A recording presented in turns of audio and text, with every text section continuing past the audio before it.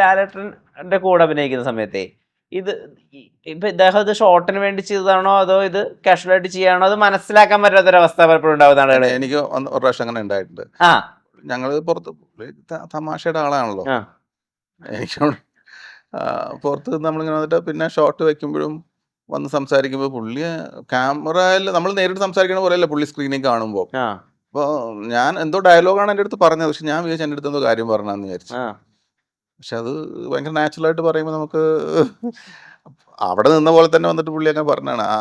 Acting ആന്നുള്ളൊരു feel വരൂല. ഉം, ഉം, ഉം, ഉം, ഉം, അങ്ങനത്തെ ഡയലോഗായിരുന്നു അത്. ഉം, ഉം, ഉം, ഉം. ഭയങ്കര സോഫ്റ്റ് ആയിട്ട് പറയുന്ന ഒരു സംഭവമായിരുന്നു. അപ്പൊ ഞാൻ ഈ ക്യാമറ ഓൺ ചെയ്തത് ഞാൻ പുള്ളി എൻ്റെ അടുത്ത് എന്തോ കാര്യം പറഞ്ഞാന്ന് വിചാരിച്ചു.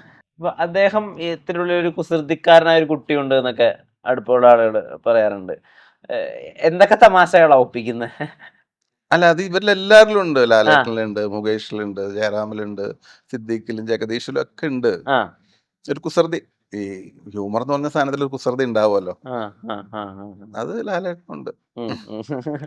ഈ ഇപ്പൊ ജഗദീഷ് പക്ഷെ മമ്മൂക്കയും ഭയങ്കര ഹ്യൂമർ സെൻസ് ഉള്ള ആളാ. ആ അയ്യോ, ഭയങ്കര ഹ്യൂമർ സെൻസ് ഉള്ള ആളാ. Okay okay. ഭയങ്കര സീരിയസ് ആയിട്ട് പറയും നമുക്ക്. അത് കഴിയുമ്പോഴേ നമ്മൾ ചിരിക്കുള്ളൂ.